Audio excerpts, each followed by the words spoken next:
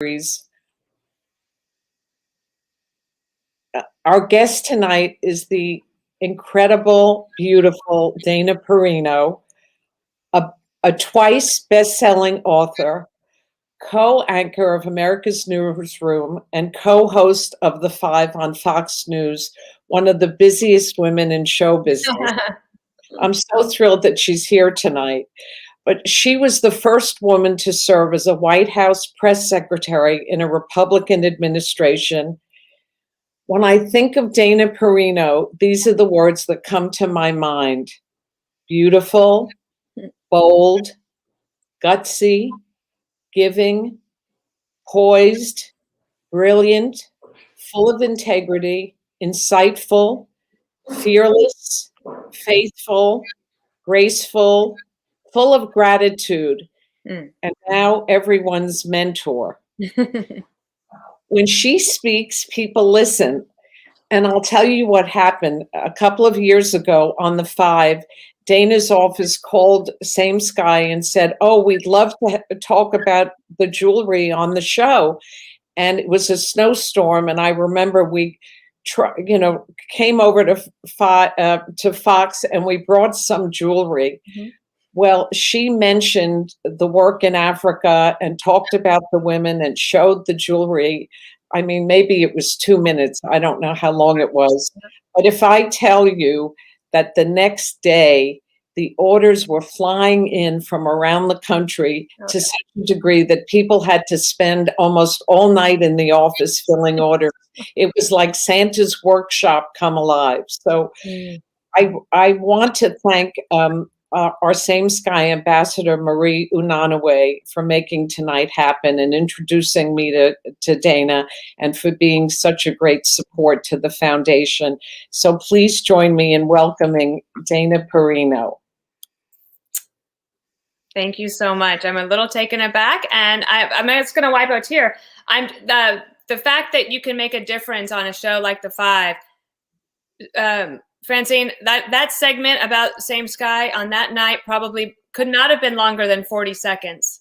And to know that our viewers responded in that way to you and to your organization and to the women who make that beautiful jewelry, I'm thrilled to hear it. So your book, Everything Will Be Okay, and then under it, it says advice for younger women from a former younger woman. Is filled with jewels and pearls of information. And I know it was written to sort of mentor and help young women. But after the pandemic and where we are right now, it has such a great impact for all women. We are all younger women. And inside, I'll never forget when I read the book, the next morning I called my friend and I said, "Are you uncomfortable with your job? And do you feel pressured and overwhelmed?" And she went, "No." And I said, "Then you need a new job." And I thought it was so great. It's true. I would like you to tell us what the title signifies of the book. Okay. Sure. Well, again, then thank you so much for having me. I keep looking behind me because I've got this little one behind me, Jasper. But he's not that little. But anybody who watches The Five knows Jasper. There he is. He just turned 9 last Friday, so it was a big birthday here. So my first book was called "And the Good News Is: Lessons and Advice from the Bright Side," and it was really an answer to the question of how does somebody who was born in Wyoming with no political connections end up as the White House press secretary to George W. Bush. And I also, in that book, wanted to peel back the curtain and show what it was like to work behind the scenes with the president when the media wasn't watching. And because I had had the opportunity to be the White House press secretary, I got asked a lot, I'm sure you do, Francine, all the time, for career advice from other people, mostly women. And I started an organization with my co-founders. We started Minute Mentoring, and it was like speed dating, but mentoring for younger women.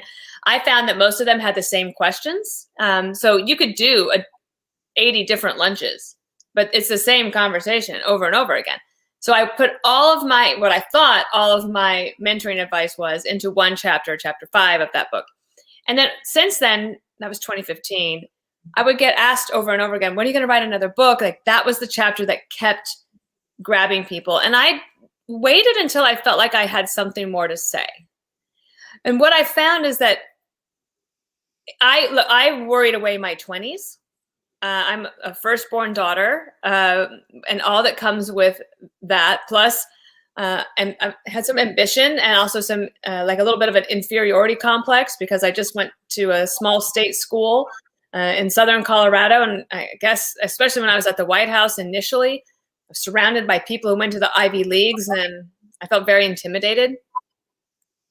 Went through my quarter life crisis, and then all this sudden I'm like, wait, it all worked out. So I was going to call the book Great News, Everything Will Be Okay. And I slept on it, sat with it for a few weeks, and I realized, like, I don't think people necessarily feel that that's true. I think that they just want to be reassured. Now, when I say everything will be okay, it's not a passive thing, though. In the book, there's a lot you have to do to have personal responsibility, good decision making, some discipline, ideas for faith, family, and friends, and fun. And that when I look back at all the career advancements that I've had, I realized that I didn't really need to worry because everything turned out okay. I didn't plan for it all. It works out. And I know that a lot of other people who have had career success will say the same thing. You know, Francine, many young women, they want you to give them a plan. And if you say to them, if they go say, well, I want to be White House press secretary, what do I need to do? Well, I always say, first, you have to start as a country music DJ working overnights for minimum wage, because that's what I did. And then you'll be on your way to being White House press secretary. But if you were to say, here's 10 things you need to do to be White House press secretary, they'll do it by noon tomorrow. All of those things. And then they'll come back to you and say, okay, so now can I be the White House press secretary? And what I want them to do is to stop worrying their young lives away and try to give them some advice for that. Well, I mean, every page of that book has such good tips and advice. I don't care how old you are, and I can't wait for everyone to read that book. But I know your parents loved the news and watched the evening news, and I know your dad asked you to bring 2 articles to dinner at night and to discuss them. Does anything stand out for you from that time and sort of becoming a news personality? I mean, I think yes. Obviously, I think that he planted a seed very early on about with a love for journalism and news. I love when a city has 2 papers. Actually, it's proven that cities that have dueling daily newspapers actually are less polarized in their politics and their aggravation with one another. So unfortunately, local journalism is really on the wane, but I loved the Rocky Mountain News and the Denver Post. I think I was more of a Rocky Mountain News person. And so I would have to just pick out 2 articles, any articles I wanted to discuss at dinner. So yes, there was that part about the news, but the other thing, Francine, especially maybe relevant to you and your organization, and for anybody who is there who is a parent or a grandparent, I think back to my dad's instincts about encouraging my sister and me that anything we wanted to do, we could do. We were not going to be limited in our life. You know, there was a lot of dads will say that, but there was a moment I remember so distinctly of being on Marine One, and I was the only woman at the time on the plane on the chopper that day. And there were lots of, guys from the team, about maybe 4 of us. And we were having a discussion. The president was wrestling with an issue, and he wanted to know what we thought. And I knew that my opinion and advice was contrary to what all of those guys thought. I knew, and there I was, though, and I'm on the chopper, and he says, what do you think? I told him. And I very distinctly remember having this flashback after I talked to the kitchen table when I was a little girl. And there's something to be said, I believe, about what my dad did for me was he gave me a chance to develop a confidence of presenting my opinion in a confident way to a dominant male figure. I love that. And I'll never forget when we were landing, the chopper was landing. President looked at all the guys and he's like, "She's right." And I was like, yes. I love that. I love that. I didn't always get that, but in that particular occasion, I remember. But you talk a lot in the book about personal integrity, and actually you open the book with it. And you say that if you stay with your truth, it won't chip away at your confidence. Right. Talk more about that. So it's very interesting. This I'll give you everybody watching the story. Basically, in a nutshell, was that this young woman called me from Washington D.C. She worked for a congressman, and she was being asked as the communications person to issue a statement in her name about a policy issue that she thought was inappropriate and poor in tone, and she did not want to put her name on it. And so she called me to say, "What should I do?" And I said, "Well, then don't say it." Well, she was afraid she would lose her job or stature in the office. And she said, "I don't think I can say no because I'm not Dana Perino." And I said, "Well, how do you think I became Dana Perino?" And my point of that story was not to sound arrogant, as somebody who was editing the book had mentioned it might come across. It was to say that there are going to be so many times in your career when you are tested. And your personal integrity is your most valuable asset. I don't care how much money you have. Your integrity is yours, but it's also yours to protect. So that's a number one responsibility, that you have to protect your integrity at all costs. So I tell that story because also I remember I mentioned like this personal responsibility, good decision making, and discipline, and having principles that you live by. They can make you feel uncomfortable sometimes. Let me tell you something. There was a time recently in my career where I was eating alone at the lunch table for a long time, but I was not going to cave. And I also appreciate all the things that you do in terms of financial literacy, because, in terms of integrity, there could be a point when you think you got to get out of a situation. So I really encourage people to listen to you and to your organization, but for themselves to have a little bit of security, financial security, and a cushion where you can walk away if you have to. And I remember sometimes like things would be tough, not in the White House, but over the years. And I would ask my husband, like, "I can walk away at any time, right?" He was like, "Yeah, we're fine." I'm like, "Okay." And I could keep going. But knowing that I would be able to leave if my integrity was going to be compromised was a real confidence booster over time. Well, I have to say now that I love the story of how you met your husband, Peter. Yeah. I think it will inspire so many listeners, and I'd love you to share that. Oh, so well, I was right in the middle of my quarter life crisis, which I describe as when you're around 25 and you're thinking, wait, nothing I planned in my life is turning out the way I thought it would. In fact, at that time, I don't think I'd had a date in probably 2 years. Of course, living in Washington, D.C., it's not easy. And I remember I was a part of a church group, a singles group, and we met every Wednesday night. And I was talking to this one night to this woman, and she said, "Well, remember what God says. He says, to fear not, and you are written on the palm of his hand, and he won't forget you." So I got through, I turned 25 in May that year, and every year is my birthday. In August, I was at work in Denver, Colorado, visiting the Rocky Mountain News and the Denver Post, I'll have you know, with my congressman that I worked for. And then I was rushing to the airport and I almost missed the plane. My future husband, almost took an earlier flight. And it just so happened that we were assigned seats together on American Airlines going from Denver to Chicago and then Chicago, DC for me.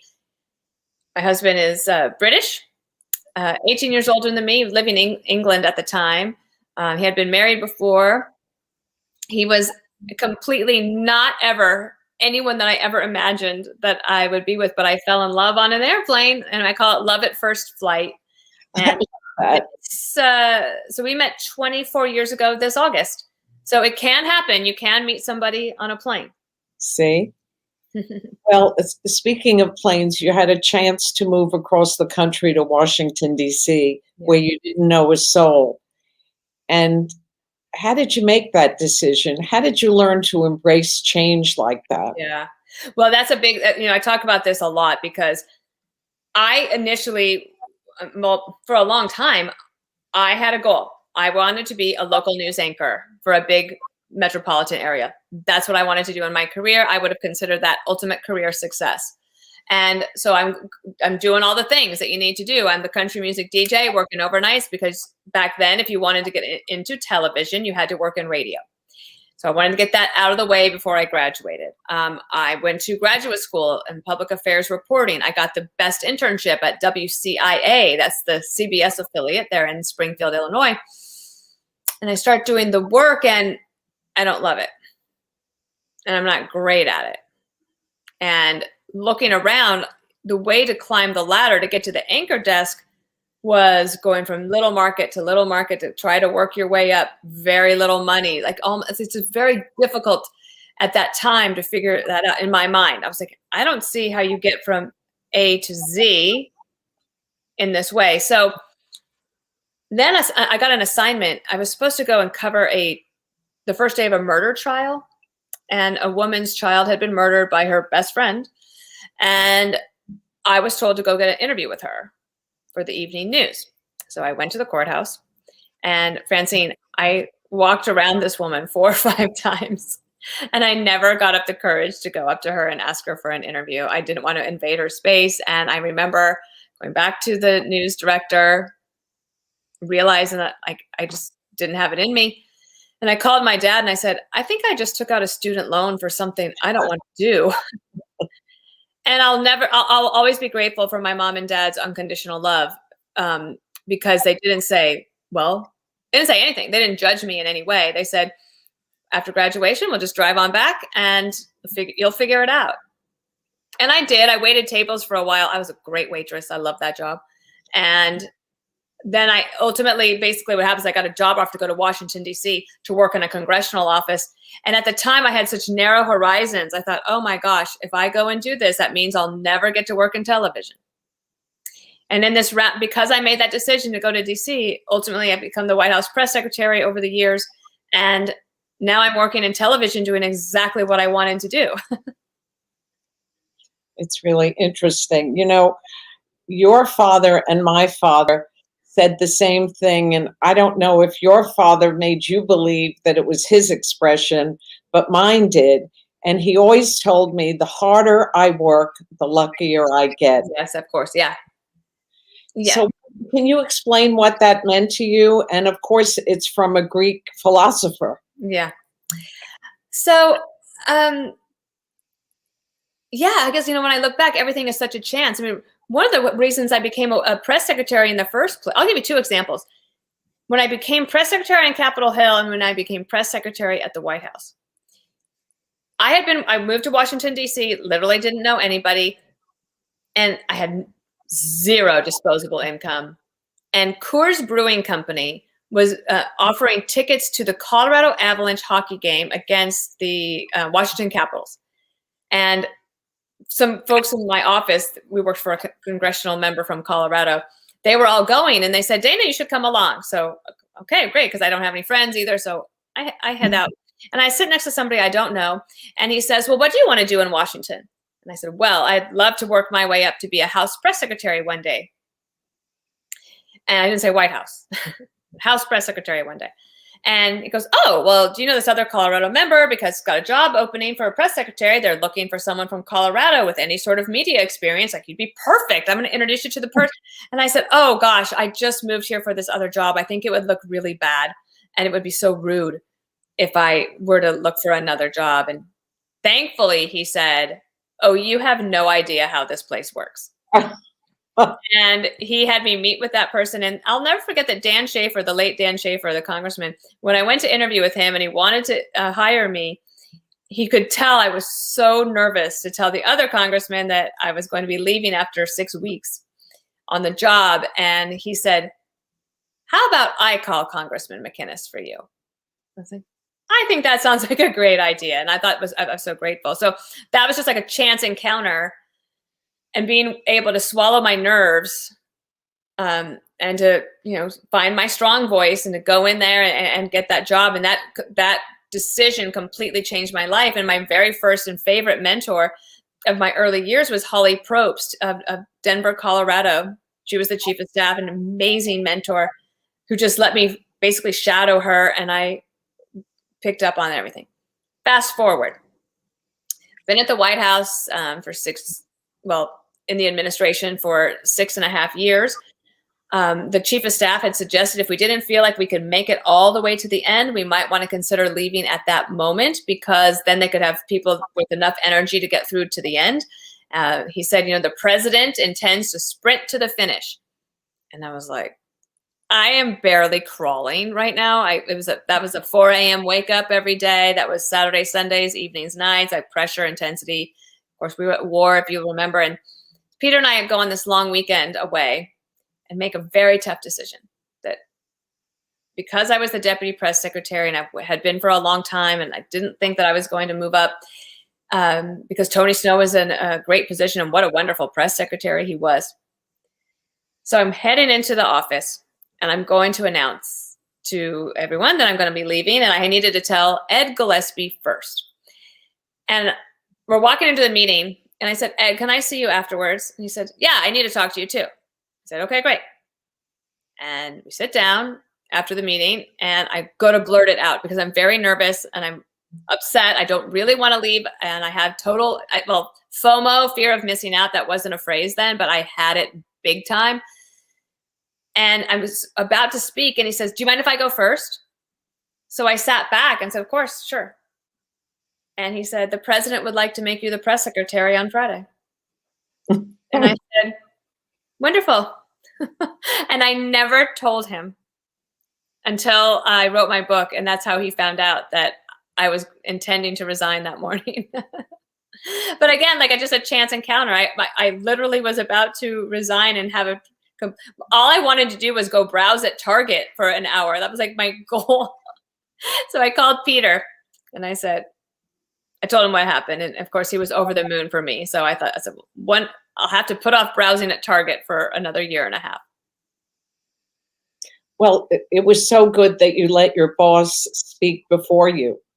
Oh, that's one of the great pieces of advice of the book, that if you're ever in a situation where someone says, I need to speak to you too, always let them go first, always.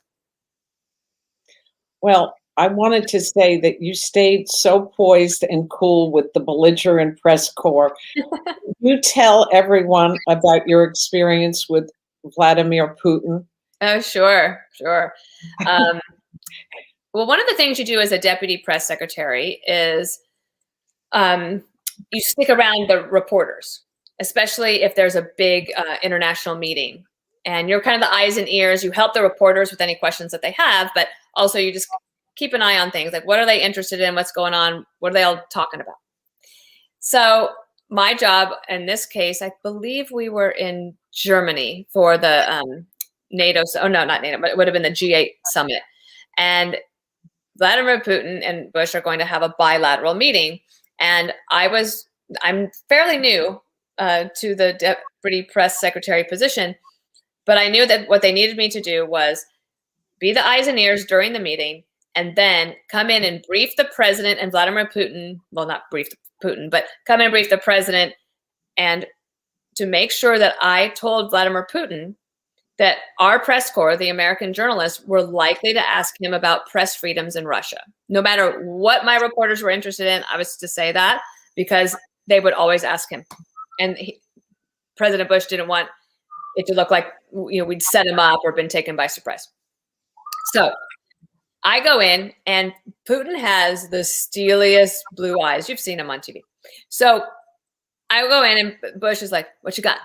I was like, okay. So I tell him, And then he nods at me, and I said, and also for you, Mr. President, our press corps is likely to ask about press freedoms. And he says, why would I answer a question about press freedoms when you fired that newsman? And the president says, what? He says, you fired the newsman. And the president's like, what's he talking about? And this is spring of 05 or early 05. And then the president realizes, wait, Vladimir, are you talking about Dan Rather? Because I didn't fire him. He works for a private company. I can't fire him.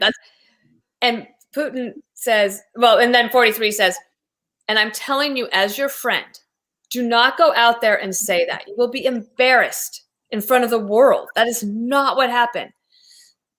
Fine. We go out. Sure enough, our press corps asked about it. And that's what Putin said. He said, why would I do that when he fired the newsman? What is he talking about? But you have to remember, one thing I've learned, and I think you as a businesswoman really understand this, is that a leader is talking to several audiences all at once every single time.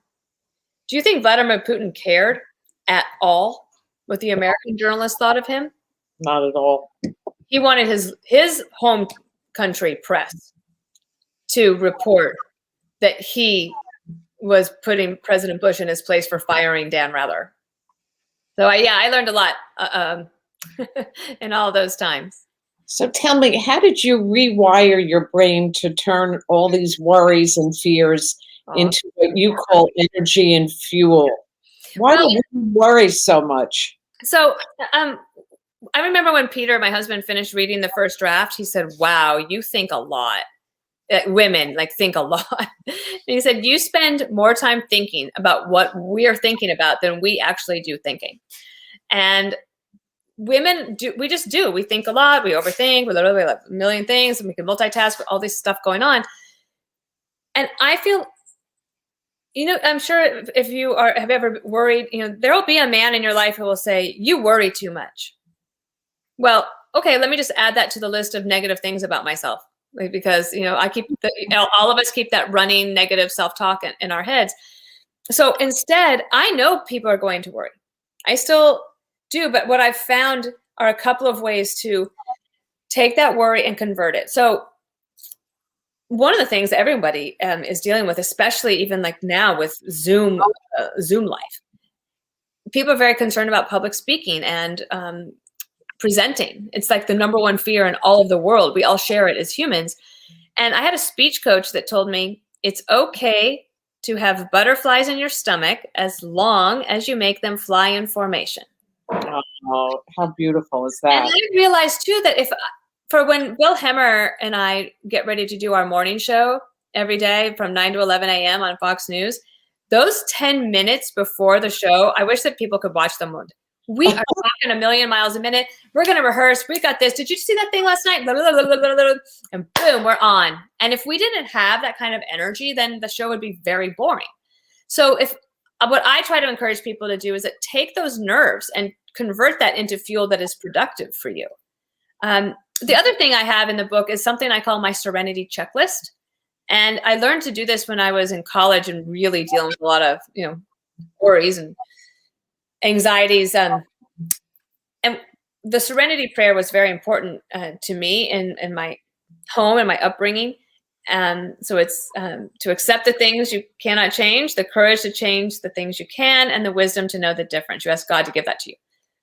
So the Serenity Checklist, I think, is very helpful, especially if you're feeling very overwhelmed. And I know there's some students here, and if you are graduating or thinking about what your summer is going to be like and heading into the world of work, I can imagine that right now with COVID, it feels very daunting. And there's a lot of things going through your mind. So my recommendation is you take a piece of paper, you make 3 columns. In the first column, you write all of your worries and concerns, anxieties, put it all down. In the second column, you mark with a check mark if any of those things are in your control. And then in the third column, whatever is in your control that you've check marked, you start writing a little bit of an action plan of what you're going to do to deal with it. And when you have it in front of you, it's a little bit more manageable. Because what I find is that a lot of things I'm worried about, I can't control. And I learned to kind of let that go. And I also think, Francine, I spoke on behalf of other people for so long. I was very comfortable doing so. The transition for me from going from speaking on behalf of somebody else to speaking on my own behalf and sharing my opinions about things was very scary for me, actually, because then I'm open to ridicule. Before it was like, well, I'm just telling you what he said or what he came up with. Like, that's not me. Like, don't be mad at me. I mean, everybody, we so much want to be liked. And so that was a little worrisome to me. But then when I got the courage to do it, you take incoming and negativity and things, and I realized, like, wait, I don't have to own the words of anybody else. I'm only responsible for what I say. And that might sound like a little bit like obvious, but for me, it took a while. I was any of my friends or colleagues or other people within the Republican Party, I would just take it all on board as if I'd said something bad or negative or critical. And then I realized, wait, I only speak for myself. And that has been actually quite freeing for me over the last 10 years. Well, I love something else that you spoke about, which is some of the negativity and the angst you put on a list on a piece of paper, and then you burn the piece of paper. Yes. And at the same time, you also have a gratitude journal. Mm-hmm. So I love those two techniques. Yeah. I love the gratitude journal because, well, actually, when I left the White House, my husband and I went to Africa. We had a couple of weeks safari, and then we volunteered at a PEPFAR site. PEPFAR was the President's Emergency Plan for AIDS Relief. And we volunteered at this faith-based place called Living Hope in Fish Hoek, South Africa. And boy, that was a good thing for me to do because it reset my heart.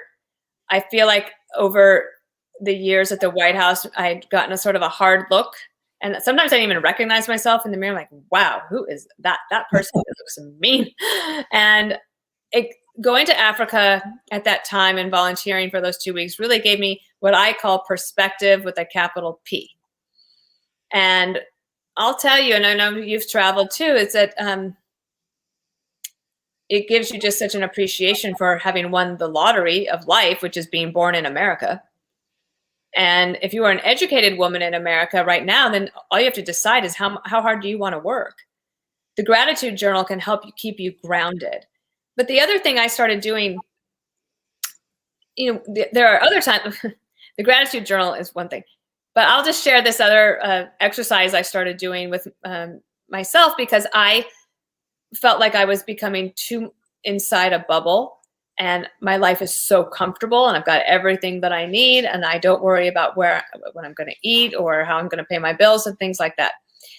And you know how in New York City, people don't necessarily make eye contact all the time. Everybody's busy running around. I just realized that I was also just being too isolated. So I started a little tradition that I've kept up, which is anybody that I come into contact with, in order to get out of my own head, I'm just constantly sending a little silent prayer or wish to all of them. So I remember being on a subway car and describing this in the book that I hope she passes that test. I hope nobody's like somebody in a uniform. I hope nobody's mean to them today at work. When they go to the retail outlet that they were going to. I hope that they get home safely. I hope this. I hope that. I pray for you. I do this. And to get out of myself. And Adam Grant is a wonderful social psychologist. I highly recommend everybody follow his work. He writes about this new study that showed that when you are kind to others, your brain releases the same chemical as if you just ran 5 miles. And so I call it kindness endorphins. Like, I don't want to run 5 miles. So if I can get that feeling by being kind to somebody else, like I'm going to do a lot more of that because it's good for them and it's good for me. And it also gets you out of the negativity. I'm asked so often about, oh my gosh, the country is so polarized. Well, yeah, okay, fine. But I'm not in my life. Are you in your life? Are you like that with your friends and your family and your neighbors? No. So don't take it all on board that this country is so polarized and can't and doesn't do anything good. Get out of that mindset is my thinking. I feel like I'm preaching though. No, but you know what? Being present is the greatest gift because you're not thinking of worrying about the future or having anxiety about things you That's can't serenity. And that's exactly that's the gift of serenity, that God gives you these glimpses of like, oh, I'm exactly right where I'm supposed to be at this moment, at this time, and not reliving the past. I tell this funny story about how I got kicked out of the Oval Office in my third day on the job in January of 2005 as the deputy press secretary, but it wasn't my fault. There was a miscommunication. And anyway, basically the president told somebody else that he wasn't going to do something. And then he said, and therefore she doesn't need to be here. And he looked at me and then went like, see yourself out. I was dying. Crawled to my office about 32 steps away, called Peter, and I was very tearful. And Peter said, well, just think for the rest of your life, you can say, I've been kicked out of better places than this. So years later, I'm now had been the press secretary. Now I'm doing the president's book tour for him in 2010. And we're on a flight and I'm just shooting the breeze. And I said, Mr. President, do you remember when you kicked me out of the Oval Office? He said, I never kicked you out of the Oval Office. I said, no, don't you remember? Remember, I was standing right there, and then you said this to Dan, and then I was wearing this thing, and then you said this, and then I said, and then all this stuff happened, and you looked at me, and you told me to get out of the Oval. And he said, I don't have any recollection of this at all. And then my favorite thing he said was, are you still upset? And you know how it is, Francine, like women will relive that negativity over and over again. You'll never remember a compliment, but you'll remember any negative experience. And I really think that does hold women back in the workplace. You have to be able to show that you are resilient, that you can learn from mistakes, that you can take a punch, get back up and move on, and also brush yourself off. That's what I think employers are looking for. You know, I think that we both had a similar experience going to Africa because we never expected it to hit us as hard as we did. And for me, meeting genocide survivors who had been raped, who were HIV positive, and feeling so blessed with my life and seeing how resilient they were to carry on just made me feel so lucky and so present. And I think that when you volunteered in Africa and had that experience, it kept you so sane and so grateful. Yeah, and my husband and I doing it together, I think that mattered a lot. And then it's like, you mentioned Marie Unanaway, who connected us and who was so generous. She and her husband are incredibly generous people, as are you. And, they really, I think, set a very good example of working as a couple. And as you and your husband. And I feel like that has kept Peter and I very close. We are very active in Mercy Ships, which is a surgical hospital ship that serves the west coast of Africa. And actually somebody that I write about in the book, and one of the chapters called How Do You Find a Role Model? I talk about, you can find role models all the time. And one of mine right now is Anne Gloag. She is now Dame Anne Gloag of the UK, started as a nurse, became a business owner and an incredible philanthropist in all that she's done in Africa. So I see that in the people that I admire, that I aspire to be like, are the ones that are the most generous. Yeah. I also think that George Bush doesn't get the credit that he deserves for PEPFAR, because when I went to Rwanda and Zambia and saw the women survive HIV because of George Bush, and realized the millions of lives he saved through that program, I just wish he would get more credit for that. I think that, one thing that I learned about from him too was, again, he doesn't talk about living in the present. This guy, he does not worry about his legacy, and he believes that history will sort that out. He used to tell me that in 1 year, in 2008, he read 3 books about George Washington. And he'd say, if the historians are still writing and analyzing the first president, then the 43rd doesn't have a lot to worry about. But I think what he would say to that, Francine, too, is that, yes, of course, it was a great program, and the stewardship from the White House was very good, but the generosity and the credit really goes to the American people. Just an incredible turnaround to save an entire continent, really. But there was a national security angle to that as well. I mean, if you have all of these people dying, hopeless people fall prey to bad actors.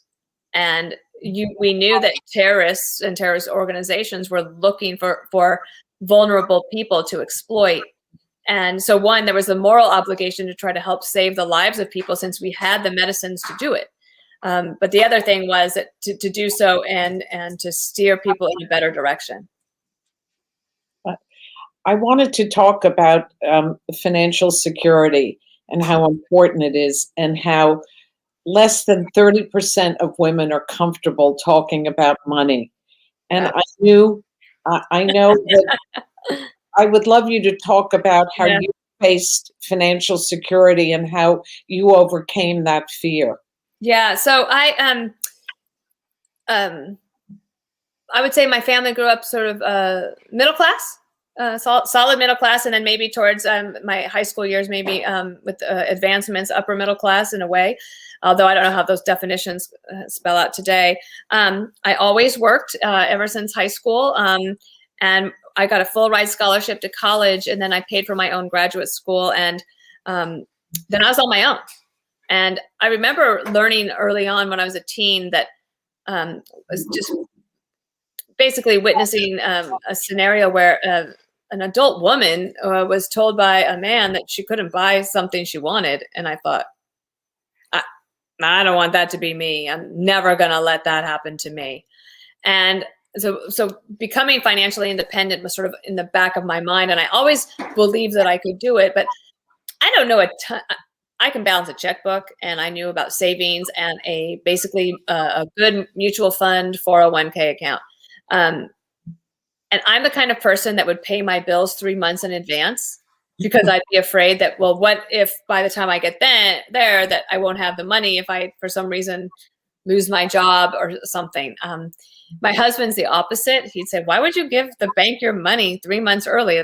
Let that money work for you. And he'll pay a bill at the last minute, and like, oh my God, I can't do that. And one of the things about like that Serenity Checklist, like sometimes I really did have to do for me with money and having enough in the bank account. What I write in the book about the importance of having financial security and literacy, as you put it, it's a great point. And I interview a woman named Lydia Finette. I hope if you continue this series, you might continue. You might invite her. Do you know her, Francine? From Christie's. Yes, she's an auctioneer. She wrote a book called The Most Powerful Woman in the Room Is You. This woman is not afraid to talk about money. And because I feel like I'm not proficient in talking about it, and I don't negotiate my own salaries or anything, because I have a lawyer that does that for me. That's one of the ways that television works, which probably suits me very well, because I would probably never ask for a raise, or I'd have so much anxiety about doing it. So I wanted to interview somebody who actually had some great advice, and she does, of all of that. So, once I realized that, oh my gosh, I guess we can pay our bills, and I have extra and everything's going to be fine. Now I can see a path for moving forward in terms of investing, and it is so freeing. Yeah. Well, one of the things you talk about is walking around New York and seeing everybody hunched over on their telephone, and how important it is to sit up straight and stand up straight. And even though that sounds like a little thing, it's a really big thing. It's a huge thing. So one, just physically, I think all of us, and especially this year of COVID, you're hunched over on your phone, looking at your phone. Everybody's doing it. What really concerns me is that such young people are doing it. And it's very hard to correct posture. I mean, I made a commitment 2 years ago to do something once a day for my posture. And hey, where's Jasper? Here he is. And I've kept to that commitment. Sometimes I do 2 things a day, and I'm talking 5 to 10 minute dedicated time to exercise in order to do that. One, I think it's good. Well, I'm only 5 feet tall, so I do need to stand up straight, but it's good for you physically. But here's the thing. Studies have shown that anybody with good posture, they're more likely to get the job or the raise or the opportunity. If you look at any sports teams, what do they do when they come out? There's actually a whole sports psychology about posture so that you can intimidate the other side. So there's also a practical reason. But the other thing is I talk about needing to find and use your strong voice. Okay. Especially because there's some young women here. If you ever hear some people talking like this all the time, do you know what I mean? Like younger people, it is called up talking. Let me tell you something. You will not get the job or the promotion, the opportunity to travel. You will not be sent to meet with a new client. You will hurt yourself if you don't break yourself of this habit right now. And so the posture is one thing, but finding your strong voice and breaking that habit of the up talking that I think is sort of starting in middle school, but it's starting to follow people all the way into the office. And I feel like we as mentors have an obligation to gently and privately take somebody aside and talk to them about that. In my experience, Francine, most people don't even realize that they're doing it. Well, they can break the habit overnight. Yeah, the strong voice thing is so critical, especially for women, because men's voices are the ones that carry, not a woman's voice. And women's voices need to carry a lot more authority. It's really true, especially in politics. You think about all the broadcasters up until the 90s, really, were men, the main broadcasters on radio and on television. My natural speaking voice is probably even a little higher than this, but I have over now 20 years in my career as a public speaker, I've learned how to get those butterflies flying in formation and to find a way to have my voice carry farther and to resonate more. Sometimes, like, for example, I'll just say, Sarah Palin's voice, sometimes for a lot of people when she was first came on the scene, people couldn't even listen to her because the voice drove them crazy. Now, if you were to, let's say you read something like a speech of hers, reading it and hearing it were a little bit of 2 different things. Hillary Clinton had a similar issue. Interestingly, like Val Demings, the congresswoman from Florida, she's got a great voice. Nancy Pelosi has a very distinctive voice and a distinctive style. Watch people that you admire. Nikki Haley is another good speaker. If you are, oh gosh, sorry. I'm just balancing this on my little thing here because I'm not at home or at my regular home. Your role model does not have to be somebody that you see every day. Your role model can be somebody that you've never met or could even be a fictional character. I loved, these people are too young, right? Moonlighting, Sybil Shepherd. Sybil Shepherd. Remember her? She was the original girl boss.